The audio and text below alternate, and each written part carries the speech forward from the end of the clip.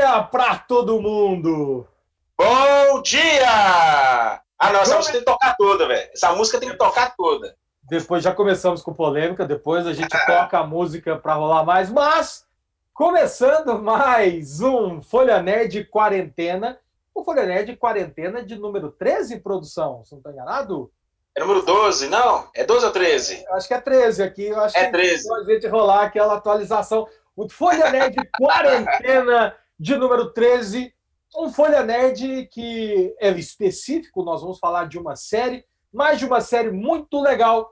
O tema de hoje é a Academia Sombrinha, não é isso? Exatamente! Aquela que dá trabalho pro Leon, a Ada. Ah, não, esse é outra franquia. Exatamente. The Umbrella Academy, hoje é o nosso tema. Umbrella Academy. E ainda não está nos patrocinando, mas estamos em processo de negociação, que estreou a segunda temporada na Netflix umas 3 semanas, 2, 3 semanas atrás?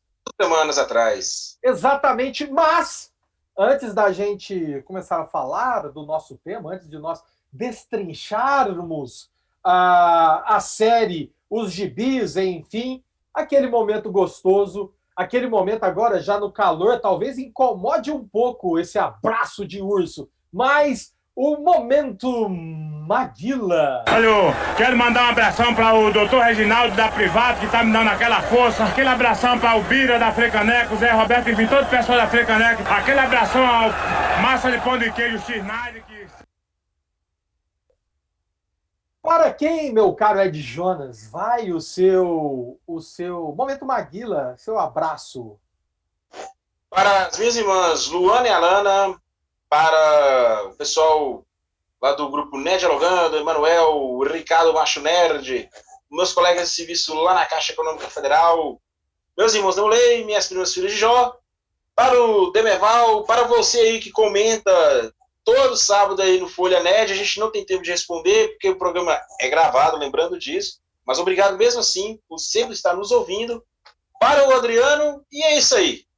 Tá ótimo. Hoje você foi econômico, hoje você não teve aquela sagacidade de vários nomes, mas eu vou, deixa eu ver, meu momento Maguila eu vou mandar para minha esposa, um grande abraço para a minha esposa. Eu também vou mandar o meu momento Maguila, deixa eu ver, para os meus alunos, eu estou com saudade dos meus alunos, dos meus beninos, então eu não posso esquecer de ninguém. Então, um abraço para a turma A1A, N1A, N1B, I1A e I1B, A3A, A3B, N3A, N3B, e 3A e 3B, em especial para a I2B, os meus afiliados na instituição. Certinho?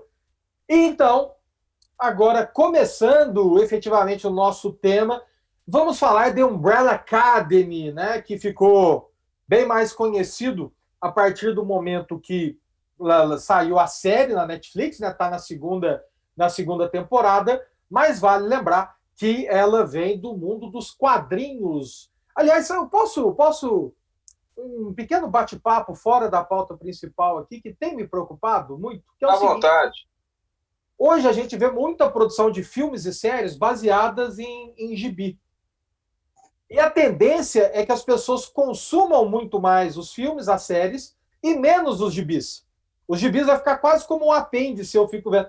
E aí, o que esse povo vai fazer, né? Que afinal de contas, tanta coisa originada do gibi, mas o gibi tem caído em desuso. Eu me sinto quase um Neandertal ainda por colecionar gibis, assim, e tudo mais. Mas enfim, foi só uma breve divagação sobre o futuro. Mas, agora de novo, The Umbrella Academy, que a HQ foi lançada em 2007, tendo Gerard Way como seu roteirista e o brasileiro, sim! Pô, tinha que ter a vinhetinha do Brasil, esquecemos. Gabriel Bá na arte. Então, Gerard Way, talvez seja assim, quem é esse cara? Como muitos roteiristas de quadrinhos, as pessoas desconhecem, mas talvez esse não. Você aí que está na casa dos 25 a 30 anos, talvez até um pouquinho mais, com certeza já ouviu falar, ou é fã, ou foi fã de My Chemical Romance, uma banda emo que fez sucesso por volta ali entre 2005 a 2012. Uma pegada eletrônica, né? Isso, sim. fez um sucesso relativo nessa época. Eu lembro dos clipes na MTV. Eu, particularmente, só apenas uma música deles que eu curtia. E esse cara, vocalista, em meio aos shows e tudo mais, ele sempre teve a vontade de fazer um quadrinhos de uma família disfuncional. Em 2007, ele, juntamente com o brasileiro Gabriel Bá, o Douglas pode estar falando a respeito, criaram o The Umbrella Academy, que, cara, que pro lançamento, foi lançado lá fora pela Dark Horse, foi um sucesso estrondoso, 11 mil cópias vendidas de cara. E mesmo com aquelas dificuldades, porque conciliar agendas do show para poder escrever, o Gabriel Bá também viajando, fazendo outros projetos de desenhar. E tá aí. Hoje, o sucesso absoluto é a série na Netflix. O que você tem a dizer sobre isso, Douglas? Sobre os dois? Então, o Gardway, você falou até que, né, ele sempre quis fazer um quadrinho sobre famílias disfuncionais e parece que ele gostou da ideia, né? Porque nessa nova pegada da DC, da Black Label, ou é o outro que ele fala? Mas enfim, ele é o roteirista do Patrol, né? Patrulha do Destino. Ele também faz o roteiro da Patrulha do Destino nessa nova saga deles. Então, parece que ele gosta bem desse povo disfuncional, vamos dizer assim. E o Gabriel Bá, ele, sempre lembrando que são irmãos que produzem, né? O Gabriel Bá e o Fábio Moon. Esse daqui, essa HQ, é só o Gabriel Bá, é que a maioria dos trabalhos deles, eles atuam juntos. Cara, eles já estão no mercado internacional há muito tempo, já fizeram um trabalho para Vertigo, já fizeram um trabalho para várias editoras, certo? Eles começaram com um fanzine que chamava 10 Pãezinhos, se eu não estou enganado, muito tempo atrás, e eu estou olhando aqui para cima justamente para poder ver os meus chipzinhos, porque tem um deles, eu até já te emprestei, caramba, cadê ele aqui, que é do Fábio Bá e do Gabriel Moon, enfim, vocês têm muito HQ sensacional que eles têm. Cara, eles são irmãos já bem reconhecidos, já bem conceituados no mercado internacional. Caramba, eu tô procurando o gibi aqui e ele sumiu. Quando você precisa, ele simplesmente desapareceu daqui das minhas estantes. Ele saiu correndo, fugindo. Mas, enfim, na prática, então, são já bem conceituados e tem uma arte que às vezes as pessoas podem estranhar um pouco, mas é muito legal, muito bacana mesmo. E, agora, já falando das HQs, vale lembrar que foram lançados 3 encadernados, vamos dizer assim, né? Já 3 arcos de histórias. O Switch Apocalipse, que é lançado em 2007, o Dallas, que é de 2008, e o Hotel, demorou bastante, hein? O Hotel Oblivion, que foi só 2018, 10 anos depois. 10 anos depois. O arco, né, o Switch Apocalipse, a premissa da série mostra lá, em 1989, 43 crianças nasceram inexplicavelmente no mesmo dia, na mesma hora, de mulheres aleatórias que não tiveram relação sexual. Então, né, se todas elas virgens e tiveram... E, salvo engano, todas elas morrem no parto, não é isso, produção? Exatamente. E dessas 43 crianças nascidas dessas mulheres virgens, um bilionário excêntrico, Sir Reginald Hargreaves, ele adota 7 dessas crianças, que cada uma tem uma particularidade, uma espécie de superpoder. E a ideia dele é formar uma equipe que vai salvar o mundo no futuro. O problema é que isso não acontece, porque a criação do Reginald Graves é, digamos, um tanto quanto controversa. Porque, na verdade, também vale lembrar que desses 47, os 7 que ele adotou, vamos dizer assim, são os 7 que sobreviveram. Né? Os outros 40, pelo menos, até onde eu li... São 43. 43, desculpa a vergonha que eu passei. 7 sobreviveram, e aí tem que fazer as contas, 43, 36. 36 supostamente morreram no parto ali. E, curiosamente, todos esses 7 têm poderes. Né? Só que daqui a pouco nós vamos falar dos 7, dos personagens, mas são poderes também excêntricos, vamos dizer assim, né? De poderes que não são tão comuns no mundo do super-herói como a gente vê. E, então, o primeiro arco, Switch Apocalipse, é um pouco disso. Mostra esse mundo de fantasia, mostra essa introdução que nós acabamos de falar, os personagens. E assim, só para pegar uma curiosidade, o Edmar falou que ele era excêntrico, para dizer o mínimo, né, na criação das crianças. Ele era assim, tão bom para os meninos, mas tão bom que ele não deu nome para eles, não. Era número 1, número 2, número 3, número 4, 5, 6 e 7. Aí depois eles que foram, assim, depois eles foram ter nomes, inclusive um dos personagens do número 5, ele não tem nome, ele é número 5, inclusive. Que os outros depois vai ter Diego, vai ter outros nomes, mas o número 5 é número 5, number 5. Exatamente. Inclusive o número 5, eu acho que ele deveria ser o número 1, porque o humor sarcástico dele, a inteligência, a perspicácia do personagem, cara, é incrível. A versão mais velha dele também, eu acho divertida pra caramba. Como o Dr. Lunas não fala dos personagens. O segundo arco, é o que foi adaptado agora na segunda temporada, se chama Dallas, e se passa em 1960 no Texas.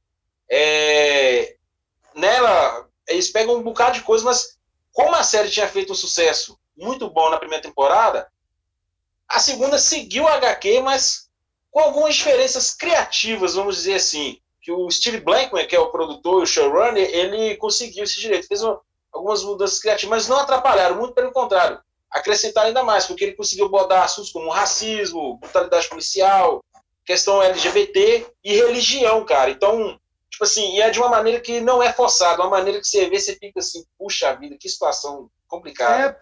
Porque, como você falou, né, eles remontam à década no Dallas, eles voltam à década de 60, e mais do que isso, voltam na década de 60 num lugar extremamente preconceituoso, porque quando você pega os Estados Unidos, né, principalmente essa questão do racismo, o sul dos Estados Unidos, ele tem um racismo maior do que o norte. Então, eles estão numa região também disso, e aí é uma coisa muito legal, porque às vezes, quando eles criaram isso em 2008, esse tipo de assunto, apesar de obviamente existir, não estava na pauta do dia tanto quanto está hoje. Então é muito engraçado e legal como eles adaptam e tipo, né, compreendem a sociedade que eles estão falando e incorporam isso no seu discurso. Isso aí eu achei também muito legal, muito bacana. Sim. E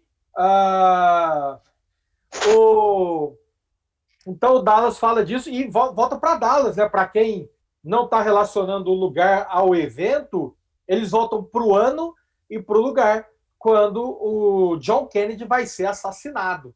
O John Kennedy ele é assassinado na cidade de Dallas no mesmo ano em que os personagens voltaram no tempo. Sim. Aí o terceiro arco, que provavelmente vai ser a base da terceira temporada, porque o produtor já disse que queria ter 4 temporadas. Eu acho que ele não vai conseguir. Em 2009 foi anunciado que teríamos Hotel Oblivion, que seria o terceiro arco que poderia concluir a série. Só que só foi lançado em 2018, quase 10 anos depois. Lembrando que o Garrett Way é vocalista do My Chemical Romance, então ele tinha vários shows, então a agenda nem sempre batia.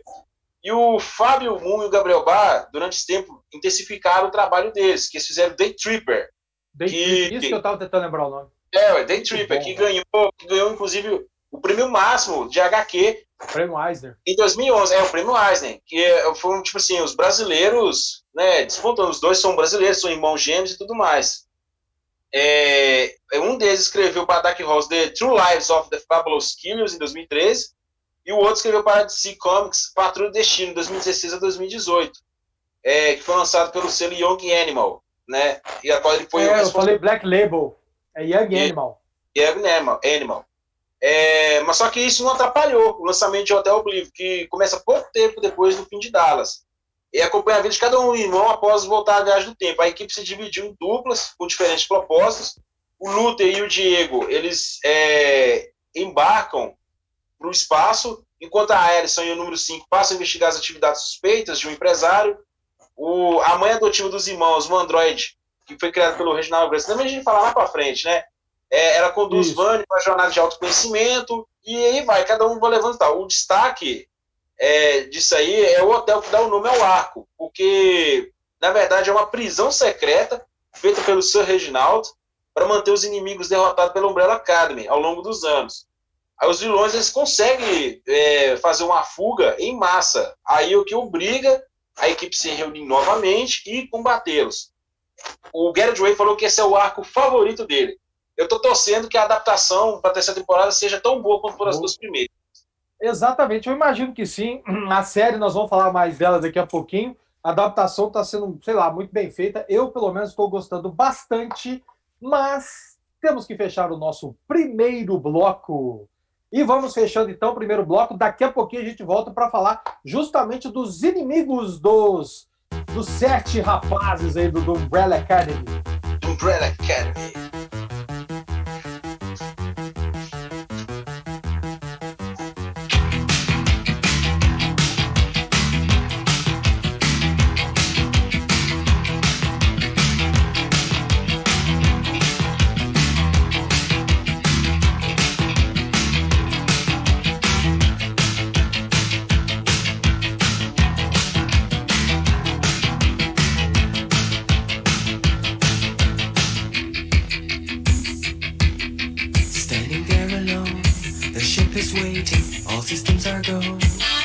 Sure, control is not convinced, but the computer has the evidence.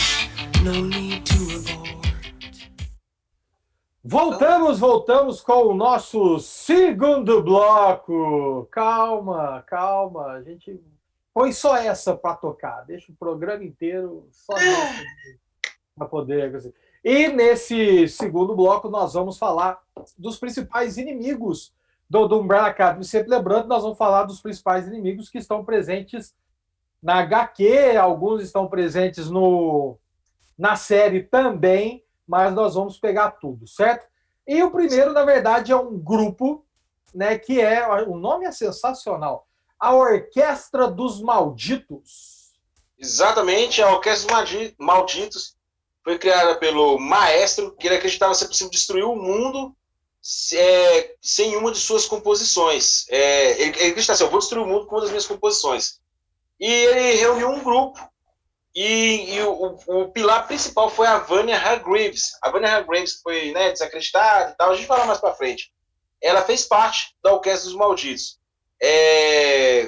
Com a morte do Maestro, a sua equipe se separou, mas, tipo assim, deu muito trabalho para o The Umbrella Academy. Ele surgiu em Apocalipse Suite número 2, em 2007. Que, na verdade, é uma equipe de músicos, só que essa música causa uma grande destruição. E nós vamos falar daqui a pouquinho da número 7, a Vanya. Ela é apresentada para a gente como sem poderes. E, na verdade, depois a gente descobre que, na verdade, ela é a mais poderosa. O pai adotivo que suprimia. E muito do poder dela está ligado em relação à música. Por isso que, no caso, esqueci o nome do rapaz, o comandante da orquestra? O Maestro. O Maestro, faz sentido. O Maestro, ele queria a Vanya para fazer parte desse grupo, né? E a Vanya sempre fazia uma pontinha de vilã, né? A quem assistiu a série ficou assim, tá, mas eu não vi esse personagem na primeira temporada nem na segunda. A contraparte dele pode-se dizer que seria o Leonard Peabody, o Harold Jenks. Mais ou menos isso, a contraparte dele. Porque, como eu disse, a série teve liberdades criativas com a aprovação do Gareth Way e do Gabriel Bá. Então, a contraparte dele seria o Leonard Peabody. Mas a intenção é a mesma, praticamente. Que é despertar os poderes dela. E aí, depois, nós vamos ter a dupla, com certeza, a dupla de vilões mais charmosa, sensacional. E uma dupla de vilões que, pelo menos, um deles acredita no amor. Jaja e Razel. Sensacional, Jaja e Razel. Cara, eu gostei demais deles. Antes de filmar um acordo com o número 5, a comissão envia Jaja e Razel para matar o herói. Na série é estabelecido que eles são os segundos assassinos mais eficazes depois do número 5 na comissão. Eles usam máscaras de seus personagens de infância. Olha que fofo. E, tipo assim, a única diferença que tem da adaptação para a série é que um deles teve a mudança para o sexo feminino, que não atrapalhou em nada. E muito pelo contrário, até ajudou bastante na dinâmica da dupla. Eu fico triste porque é o spoiler aí. O Hazel, ele morre logo de cara no primeiro episódio da segunda temporada. Eu fiquei triste pelo Hazel. Fiquei chateado por ele. Como é que ele morre no primeiro episódio da segunda temporada?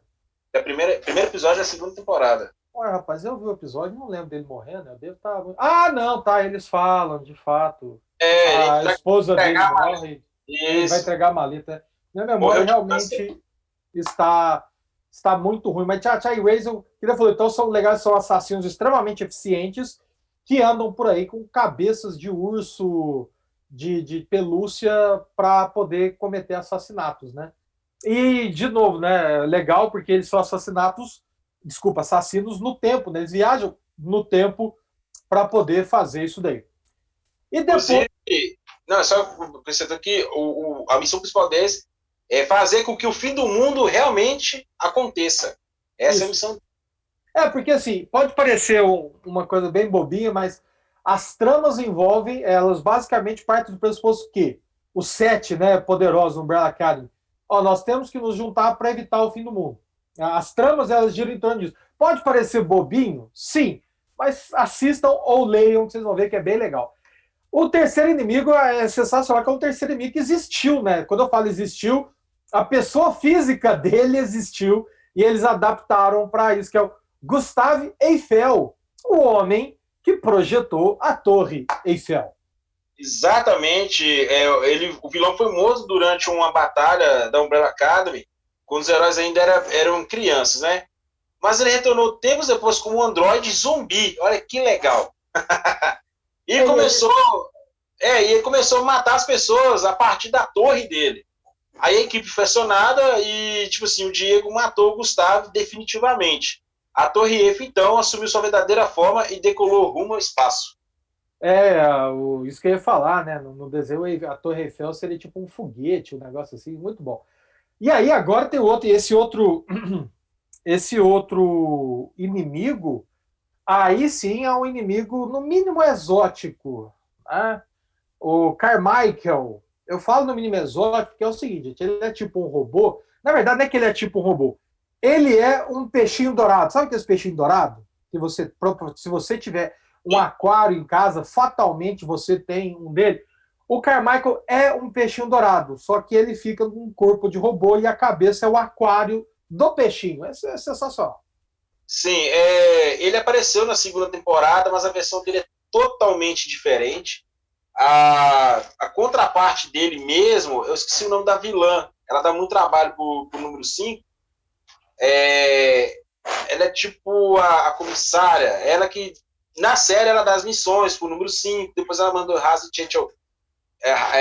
Chacha e Razel assassino número 5, mas não consegue. Na série, o Carmichael, ele só é um engravatado, um executivo que morre da maneira mais idiota possível. Nos quadrinhos, cara, ele dá um baita de um trabalho pro número 5, ele descobre que o número 5 vai trair a organização, então ele quer matar o número 5, não consegue. É aí que ele faz um acordo, assim, então beleza, eu não vou te matar, mas você vai fazer um favor para mim, o último serviço, você vai voltar na década de 60 e vai assassinar o presidente Kennedy. Só que depois da missão feita e tal, e o Carmichael, ele ameaça matar a mãe do número 5 antes mesmo dele nascer. Então o número 5 revoltado quebra o aquário na cabeça e come, ele engole o peixinho que, né? É o personagem. Na segunda temporada tem isso, mas não é o número 5 que faz. É outra personagem que come o peixinho. Eu gostei que hoje hoje tá spoiler for free, né? Tipo assim, você tá uma máquina hoje, né? Tipo, tal coisa, aconteceu isso, vai rolar isso aí. Hoje você não está se contendo de maneira nenhuma. A série tá recente, eu gostei, é muito boa, recomendo para assistir. Tô estragando desses spoilers aí, ou não, talvez estou até te motivando a assistir. Você vai gostar da série. E a trilha sonora, maravilhosa. De fato, a trilha sonora, de fato, muito legal. E agora um outro inimigo, esse inimigo aí tá mais presente, eu acho que até nos quadrinhos, o Doutor Terminal. Doutor Terminal, que ainda não deu as caras na série, não sabemos se vai aparecer, assim como o Gustave Eiffel. Ele é portador de uma rara doença terminal, por isso que é Doutor Terminal, né? E ele cria um dispositivo que converte matéria em energia para manter ele vivo. Porém, essa matéria é extraída do corpo de outras pessoas que se tornaram vítimas fatais do vilão. Aí ele enfrentou a Umbrella Academy várias vezes até ser enviado ao Hotel Oblívio, mas antes de ser preso ele deixou uma armadilha, os Terminautas, que tratavam-se de robôs assassinos programados para se ativar caso a equipe voltasse a se reunir. O que aconteceu no velório do Sir Reginald Hargreaves. Ele é um dos vilões que escaparam durante a fuga do Hotel Oblivion, talvez isso vá mostrar na terceira temporada, e, tipo assim, a sua existência ameaça consumir toda a cidade. Ele foi derrotado, no final das contas, pelo Luther. Pode ser que isso aconteça na série, se ele aparecer lá. Bem, exato. E para a gente fechar esse bloco de inimigos, vamos falar dele, do Homem Científico. Exatamente, o homem científico, um ser humano comum que obteve poderes divinos. O homem científico, ele se apartou das emoções e passou a considerar a humanidade uma doença. Está errado? Fica o questionamento. Mas, enfim, apesar desse inimigo da Umbrella Academy, ele não ficava no Hotel Oblivion, muito pelo contrário, ele foi morar no lado escuro da Lua. Ele é tipo o Dr. Manhattan do Umbrella Academy. O homem científico só percebeu a fuga em massa quando já era tarde, do Hotel Oblivion. Aí, quando os vilões já estavam lutando contra o Umbrella Academy, ele entrou na batalha para erradicar todos, inclusive os heróis. Mas, pelo menos na série em quadrinhos, ele foi derrotado pelo Luther e pelo Klaus. Sim, e cara, pegando um pouco para a gente falar de forma geral aqui, os inimigos, porque, não sei, pelo menos uma característica que eu vejo bastante nos tanto os heróis quanto vilões dessa série, cara, é que eles são muito típicos, vamos dizer assim, né? Eles são personagens com características muito próprias, né? São coisas bem pouco... Vamos dar o nome, é estranho, né? Vamos dizer assim, eles são estranhos, mas é muito, muito bacana, né? O jeito como é construído, as ideias deles, e casa bem com o mundo que o nosso querido Geralt Way, junto com o Gabriel Bá, estão construindo. Sim. Tipo assim, diferente de muitas outras séries que a gente já teve adaptado de quadrinhos, apesar de Umbrella Academy ter, como eu posso dizer assim, liberdade criativa, ela não foge da história principal, da linha principal da HQ, que é sua fonte inspiradora. Diferente de The Walking Dead, parece um dramalhão, uma novela, tá certo? Se você gosta, dane-se, The Walking Dead é ruim pra caralho. O gibi não é tão ruim, não, mas a série já virou bagunça. A série é sofrida. E, tipo assim, The Umbrella Academy mantém a consistência. Então, vale a pena se assistir The Umbrella Academy. Sim, e com isso vamos fechando o nosso segundo bloco. Vai rolar aquela musiquinha e daqui a pouco a gente volta.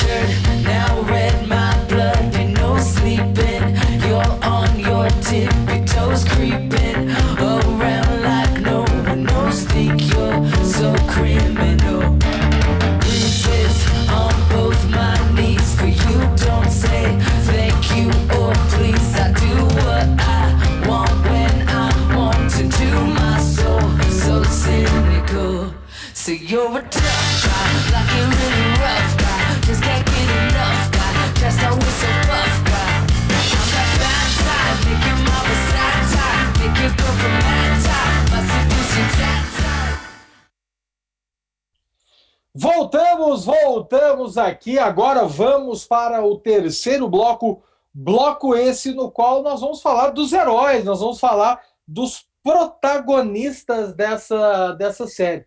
E, né, como já ficou claro, são 7 protagonistas, mas, para além dos 7, nós vamos falar do pai adotivo deles, vamos dizer assim, né, que faz bem o papel de tipo padrasto ruim mesmo, né? O Sir Reginald Hargreaves. Sir Reginald Hargreaves, um bilionário excêntrico, ele aproveita-se de um fenômeno, como a gente falou, tipo assim, sobrenatural, que, né, a gente falou, 43 mulheres virgens dão à luz as crianças ao mesmo tempo, à mesma hora, ele adota 7. O plano dele é criar uma super equipe, para que no futuro, como é que eu posso dizer assim, possam proteger a Terra. Obviamente, não sai do jeito que ele imaginava. Sir Reginald, pelo menos na segunda temporada de The Umbrella Academy, eu não sei se nos quadrinhos é assim, mas na segunda temporada mostra que ele não é bem o que parece ser, não. Ele não é humano. Ele não é humano. Isso faz todo sentido do jeito que ele criou as crianças.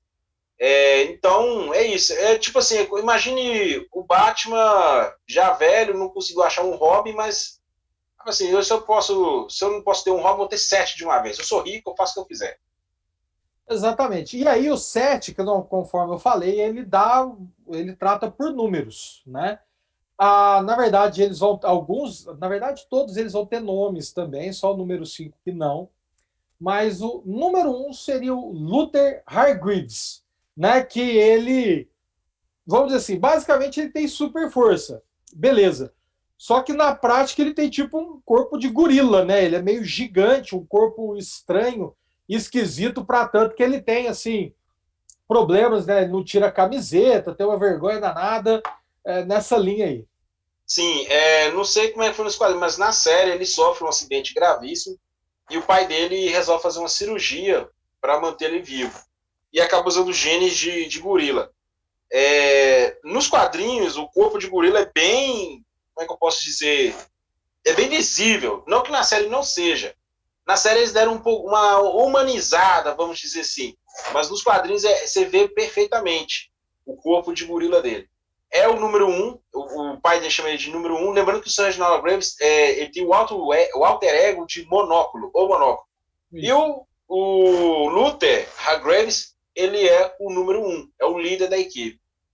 Então, é líder e não é, né? Porque, na verdade, assim, ele é líder, mas na prática acaba que depois não fica bem claro isso. Ele, inclusive, pensa que ele é meio que o preferido do pai e depois descobre que não é, do pai adotivo, né? Depois descobre que não é bem assim, e aí ele até desenvolve alguns, sei lá, meio que uns traumas nesse sentido. É um negócio meio complicado. O número 2 a gente pode chamar, quer dizer, todos eles são problemáticos, né? Mas o 2 parece ser um filho um pouco mais problemático. Ele é, de fato, o tradicional filho rebelde. Todos eles têm problemas com o pai, beleza. Mas o 2 ele tem mais problemas, vamos dizer assim. Ele é mais revoltado com o Sir Reginald, né? Sim. E o poder... O Diego. Diego Hargreaves. E é legal, gente, que assim, claro, né, isso não fica bem claro, mas você vê que claramente tem algumas outras nacionalidades aí, né, que nem esse Diego Hargreaves. E claramente ele é latino, não se fala de onde ele é, mas ele é latino. O Klaus, como o próprio nome dele diz, né, tem uma pegada meio alemão, mas enfim, depois a gente fala disso. Mas o Diego Hargreaves, ele tem um poder, eu não sei explicar direito, é tipo uma precisão assim absurda. Ele arremessa faca, ele arremessa tudo. Ele não erra, é um negócio meio... Lembra um pouco aquele inimigo do Demolidor. Mercenário. Lembra um pouco o Mercenário, assim, o jeito. Sim. Só que o Mercenário mais exótico. O Mercenário ele tem a habilidade, ele treinou para isso. Já o Diego Hargreaves, ele realmente tem um poder, tipo uma telecinese, que ele consegue fazer a curvatura dos objetos que são arremessados. Ele arremessa e consegue fazer a curvatura. Um spoiler aí. Na segunda temporada. Quase se não deu? Na segunda temporada, ele tem um poder similar que da Jean Grey. Ele tem uma saraiva, não sei como é que fala, de balas pra cima dele, e ele consegue paralisar todas as balas, segurar por um longo tempo. Então, mostra que também tem dificuldade. É mais... Tá, tudo bem que a Jean Grey pode fazer isso, mas aí lembra muito mais o Matrix. O Magneto. Né? O Magneto. O Neo do Matrix. O Neo também, ele consegue segurar aquela paradinha e tal. E, tipo assim, ele é o número 2, não é à toa, porque realmente tem hora que ele toma a frente, passa à frente do Luther, e, tipo assim, a segunda temporada ele tá bem divertido mais do que nunca. Sim, ele foi internado em um hospício, vamos dizer assim. A número 3, a Alison Hargreaves, ela... também conhecida como I Heard a Rumor, né? Eu ouvi um rumor, porque o poder dela é muito louco. Ela fala assim, olha, eu ouvi um rumor que você vai subir nesse poste de luz agora. E a pessoa simplesmente sai e vai subir no poste de luz. Então, sempre quando ela usa essa expressão, eu ouvi um rumor, o complemento da frase, a pessoa obedece. Né? Então, I heard a rumor que, sei lá, você vai fazer 10 flexões de pescoço agora. Aí a pessoa vai lá e faz 10 flexões de pescoço. Sim, ela tem essa habilidade, ela consegue manipular a realidade segundo a vontade dela, ela manipula mentindo, né? E, tipo assim, isso afeta ela, pelo menos na série mostra que afeta ela no casamento, porque o marido dela flagra ela usando isso na própria filha. Que é um episódio lá, a filha dela diz, mãe, conta a história. Não vou contar a história, você vai dormir. Não, eu quero ouvir a história. Não, você vai dormir. Mãe, eu ouvi dizer que você vai dormir agora. Eu vou dormir. Aí o marido dela vê lá assim, eu quero divórcio. Sei lá se eu casei por livre espontânea vontade. Porque, na verdade, ela prometeu que com ele ela não usaria poderes da família e tal. E o poder dela é um poder extremamente tentador, né, cara? Tentador no sentido que basta você usar uma expressãozinha ali, você vai conseguir o que você quer. Então, que nem, olha pra você ver, a filha tá fazendo birra e não quer dormir, e ela tá ali querendo que a filha durma, do nada, ó, eu ouvi um rumor que você vai dormir agora, e pum, a menina vai dormir. Então, é um poder, vamos dizer assim, sedutor no sentido de que é muito fácil usá-lo, né? Muito fácil de você acabar por se corromper. Isso que era essa palavra que eu estava procurando. É muito fácil de você se corromper através dele, porque você pode obter as coisas. Eu ouvi um rumor que você vai me dar esse emprego. Eu ouvi um rumor que você vai me dar esse carro, sabe? Você pode transformar a sua vida de uma forma impressionante. Então, Alison Harry e vai.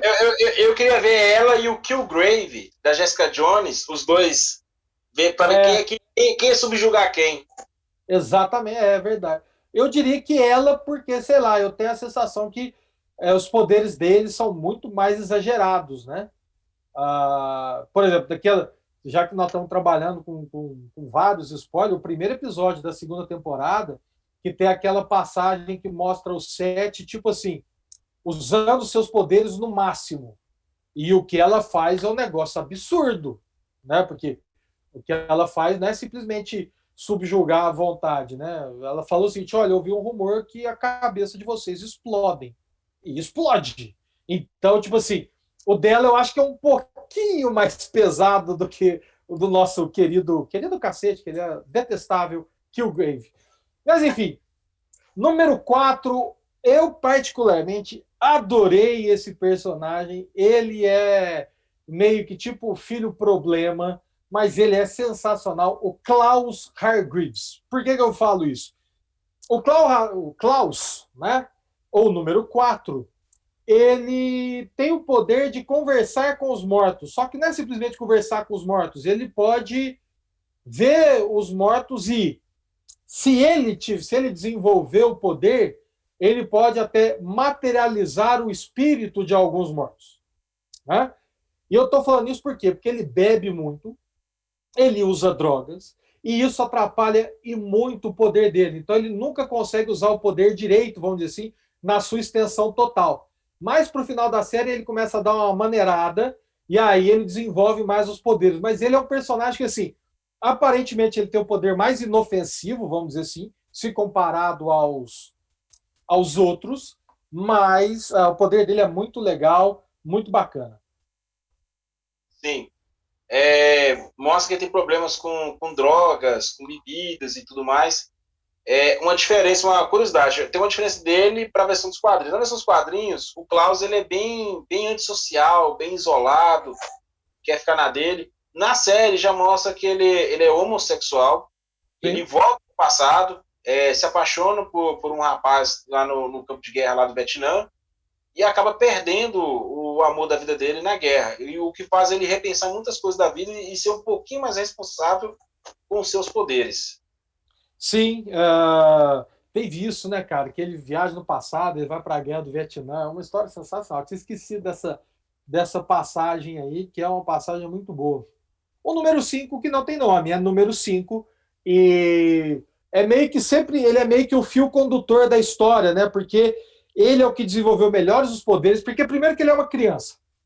Ele viajou no tempo, então ele não desenvolveu assim, ele não cresceu. Então, assim, ele é uma criança, mas Ele é tipo uma criança que viveu uns 100 anos por conta dessa coisa de viajar no tempo. Então, ele bebe, ele tem um raciocínio muito superior e tal, e ele tem o poder de viajar, tipo, deslocamento no tempo e no espaço, né? Sim. Em outras palavras, ele meio que ele se teletransporta, só que ele teletransporta no tempo também. Sim. Para quem assistiu aquele filme Jumper, é como se fosse, só que imagina ele vai para trás ou vai para frente. O problema é que o pai dele, o Sir Reginald Hargreaves, fala para ele, ó, não faz isso, você ainda não está preparado. Ele tinha o quê? 13 anos. Isso. Ele faz e acaba indo 45 anos para o futuro e não sabe voltar. Não sabe voltar. Quando ele retorna, já idoso, ele está na década de 60, o corpo dele, que já é de um idoso, ou melhor, de um idoso, de um senhor maduro, ele volta com o corpo de criança. Não é explicado, pelo menos na primeira temporada. Na segunda já mostra o que aconteceu. E ele é muito sarcástico e, cara, pra mim, ele é o número 5, mas ele deveria ser o número 1, porque é graças a ele que a série desenrola toda, tanto na primeira e na segunda temporada. O fio condutor é ele, porque ele que descobre a ideia, tanto na primeira quanto na segunda temporada, do apocalipse, né? Porque na primeira ele viaja no tempo e vai para o momento pós-apocalíptico, e na segunda ele descobre, então ele que meio que organiza a situação para evitar o apocalipse. Vale dizer que ele se torna um assassino perspicaz, ele é o assassino número 1 da comissão, que é uma empresa responsável por manter a linha do tempo intacta, se torna o assassino número 1. Na série de quadrinhos é chamado de The Boy, o garoto. Uma dica aí, minha irmã tinha falado, você que já está aí nos seus, sei lá, 15 anos, 20 anos, você que assiste Nickelodeon, que eu sei, assiste ou assistiu. O ator chama Aidan Gallagher, ele é de uma série chamada Nick, Rick, Dick, Dow. Nossa. Eu já vi, são quadrigêmeos que não se parecem em nada. E um dos irmãos é o número 5 na série do Umbrella Academy. Legal. É curiosidade. Não vamos assistir, mas enfim, fica a curiosidade. O número 6 é uma história triste, muito triste, porque o número 6 ele foi morto. Ele não está vivo. Que é o Ben Hargreaves, que é oriental, né? Eu falei daquela coisa de nacionalidades, né? Ele é oriental. Só que ele é muito legal, porque o que acontece? Ele meio que sempre contracena com o Klaus, que como o Klaus pode conversar com mortos, ver mortos e às vezes materializar esses mortos, então o Klaus, usando o poder dele, dá vida a esse personagem na série. Vamos dizer assim, só o Klaus vê, só o Klaus conversa, e o poder dele é um dos poderes mais estranhos e escrotos, a palavra é essa mesmo, que é o seguinte, ele abria tipo uma jaqueta dele e saía tentáculos, tipo uma coisa meio Lovecraft assim, tal, e tipo um polvo, e saía pegando as pessoas e matando as pessoas com os tentáculos. Ou engolia elas, é um tema impressionante. Nos quadrinhos ele é chamado de o Horror, número 6. Na série não coloca esse nome dele, mas mostra que ele morre em uma das missões dos meninos. Num assalta-banco, né? Pelo menos na série é um assalta-banco, ele é baleado lá. Sim, como o Klaus tem um problema com drogas e bebida, os irmãos ele não acreditam que ele conversa com o Ben. Só lá na frente, no final da primeira temporada, que eles veem que é verdade, mas na segunda temporada ele fica em descrédito de novo. Assim, o Klaus deve estar sob efeito de drogas e bebidas novamente. E, cara, o Ben, ele tem um final emocionante na segunda temporada, que esse aí eu não vou falar para não estragar, tá certo? Enfim, né? Mas eu posso garantir que ele volta na terceira temporada. E, por último, porém não menos importante, a número 7, que é a Vanya Hargreaves, que é assim, a Vanya Hargreaves é uma história muito legal, que ela é meio que o patinho feio, né? Por quê? Ela, assim, todos os filhos que, né, a gente falou, que nasceram naquele mesmo dia, na mesma hora, têm poderes. E ela não. Então todo mundo fica naquela, por que ela não tem? Então ela é meio depressiva, ela tem uma série de problemas. E depois nós vamos descobrir que o padrasto dava remédios para ela para inibir o poder dela. Justamente porque o poder dela era, se não o mais poderoso, com certeza o mais destrutivo de todos elas, porque ela sabe tocar violino, ela tem uma capacidade para a música muito fácil, E não sei, ela tipo emite umas ondas sonoras que vai destruindo tudo, né?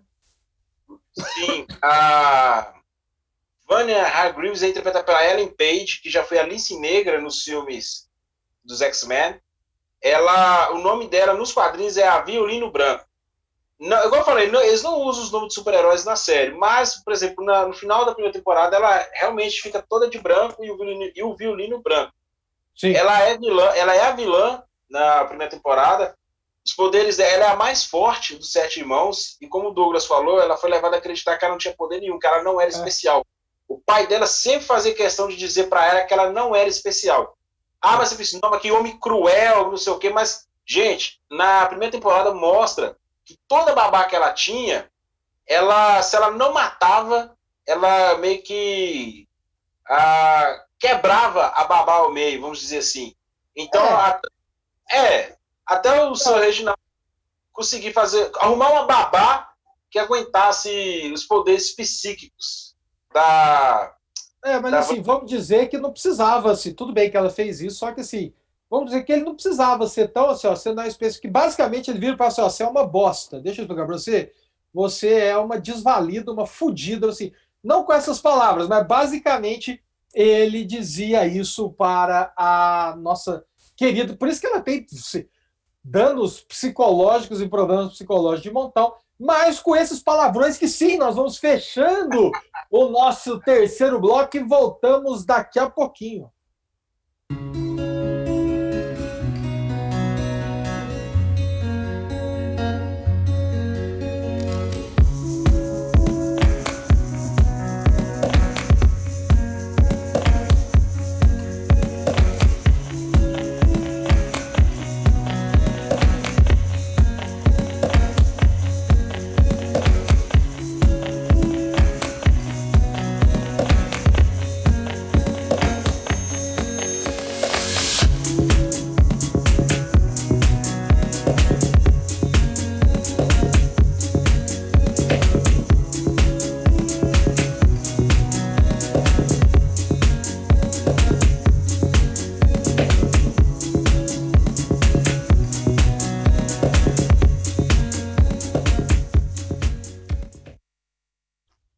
Rapaz, desculpa aqui que aquele momento pouco profissional, eu abri o Twitter enquanto estava rolando a musiquinha e parece que o Francis Ford Coppola quer lançar uma nova versão do Poderoso Chefão 3, como se fosse, sei lá, o Coppola's Cut. Isso tudo por causa daquela desgraça do Snyder Cut que criou esse caso todo e vai nos entregar uma porcaria ainda para além. Mas o tema não é isso hoje, é que eu tive que comentar, já que, de certa forma, entra no nosso tema, mas esse último bloco aqui nós vamos basicamente bater um papo, sim, sobre a série da Netflix, sobre a primeira, segunda temporada, as nossas impressões e, começando aqui comigo, cara, eu achei muito legal. Eu vou ser sincero, eu não tenho tanto conhecimento do gibi, eu estava até comentando com o Ed Jonas antes nos bastidores aqui, o quão a Devir, a Amazon e todas essas empresas querem o nosso sangue, porque está muito caro para você comprar esse gibi. Eu cheguei a olhá-lo, né? Mas, claro, a gente deu uma olhada aí. A Gancho Produções, elas facilita bastante para a gente, mas eu achei, apesar das mudanças, claro, mas eu achei mudanças bem feitas, eu achei que ficou muito legal. A série eu achei que foi bem adaptada e eu gostei bem dessa série aí. Eu acho que foi um acerto da Netflix. Então, vale dizer que, como eu falei, o Steve Blackman, que é o showrunner, produtor e tudo mais, ele teve autorização do Gabriel Bá e do Gerard Way para fazer as adaptações. E, cara, por incrível que pareça, em época de nerd rabugento, nerd que reclama de tudo, os fãs, na sua maioria, aprovaram e gostaram das diferenças criativas. Tipo assim, ainda mais o público que nunca leu as HQs, a série caiu no gosto geral. Pra você ter ideia, a primeira temporada ela, na primeira semana, ela foi assistida por 30 milhões de pessoas. E depois disso, a Netflix confirmou o número de 45 milhões. Ela teve 75% de aprovação pela crítica e 86% pelo público, segundo o Rotten Tomatoes. Deixa eu ver aqui. Não, é porque você falou disso, que conquistou as pessoas. E é curioso, porque assim, eu sempre tomo por base aqui em casa, porque tem muitas séries que eu vou assistir com a minha esposa, né? E minha esposa está muito longe de ser nerd e de participar desse mundo nerd, só que ela assiste muita coisa comigo. E ela gostou, ela achou bem legal a série, a ideia como um todo. Então, eu sempre tiro por base a recepção dela, que eu imagino que vai ser mais ou menos a recepção das pessoas que não estão dentro desse nicho do chamar, apesar que esse trem de ser nerd está começando a ficar chato, viu? Os nerds estão muito chatos. Mas, enfim, dentro desse nicho, né, do mundo nerd. E lembrando que a segunda temporada ela tá 90% de aprovação pelos críticos e 90% de aprovação pelo público, a segunda temporada. Então, vai na fé que você não vai se arrepender. Isso é muito, muito bem feito. Os poderes deles são poderes, vamos dizer assim, muito mais fáceis de serem adaptados do que de outros super-heróis, né? Porque muitas das vezes o problema de uma série de super-herói é porque você gastaria muito, né, para você simular os poderes, para você poder fazer todas sei lá, né, os efeitos especiais e tudo mais. Quando você pega né, a questão aí do Umbrella Academy, os poderes deles são mais, vamos dizer, entre aspas, tranquilos de serem feitos. E é muito bem feito, é muito, muito legal. E é uma série que trata muito do jeito deles, né? Assim, quando eu falo jeito deles, eles exploram muito a personalidade. Você consegue entender a personalidade de cada um, você consegue entender bem por que eles são daquela maneira. É uma coisa bem, bem legal. Sim. A série, se você for ler as HQs antes da série, é óbvio que você vai ver muitas diferenças. A minha sugestão para você, veja a série, veja as 2 primeiras temporadas. Se você tiver interesse e condição, aí sim adquira as HQs, pelo menos os 2 arcos que né, foram usados na série para você assistir. Porque a série é muito boa,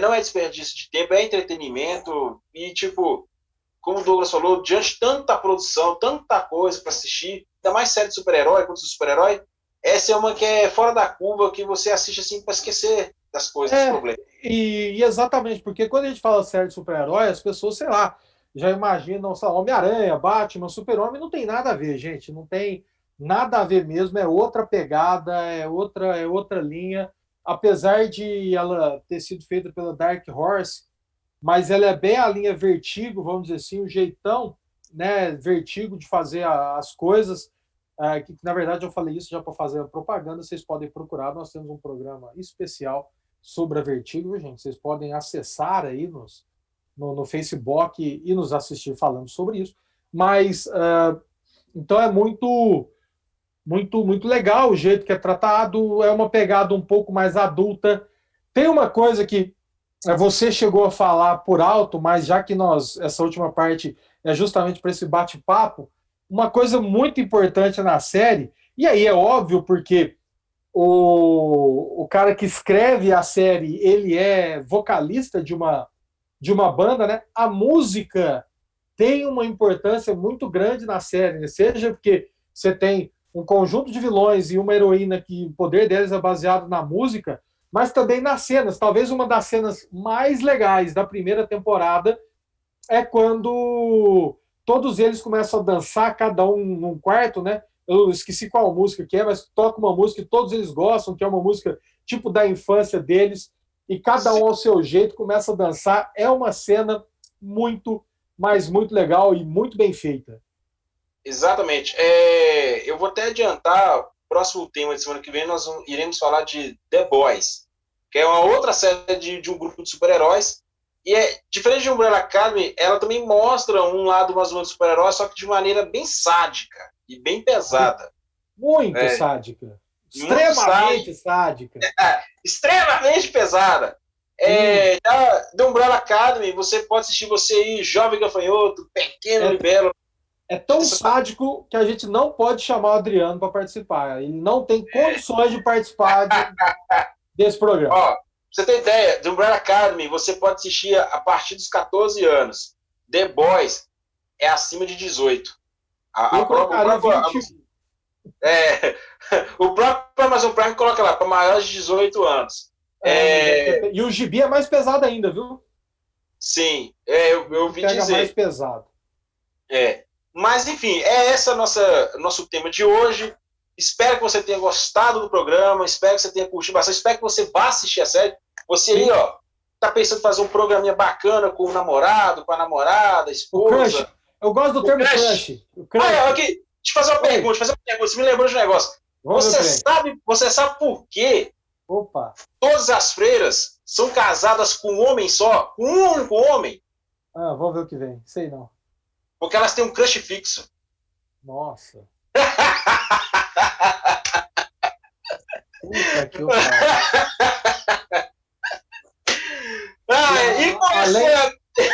além da piada ser ruim, ainda é uma piada herética, né? Porque pega essa questão do crucifixo. Supostamente elas são casadas com Deus, né? Então esse crush delas... Crush fixo delas. Parabéns, eu acho que... Obrigado!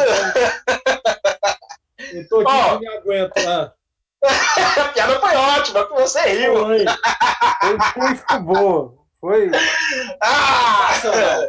Sensacional. E é com essa piada que eu deixo aqui minha situação. Vá assistir o Beracado. Espero que você tenha gostado. Eu esqueci. Assista. Só esqueci de mandar um abraço para uma pessoa aqui. Um abraço especial para a Cremilda e para o Adrian. Tá bom? Um abraço especial para os dois aí. Abração para todo mundo. São 2 temporadas de 10 episódios cada, então não é daquelas séries gigantescas, não. Dá para vocês assistirem de boa. E é isso então, gente. Semana que vem, The Boys e aquele abraço e até semana que vem. Até semana que vem.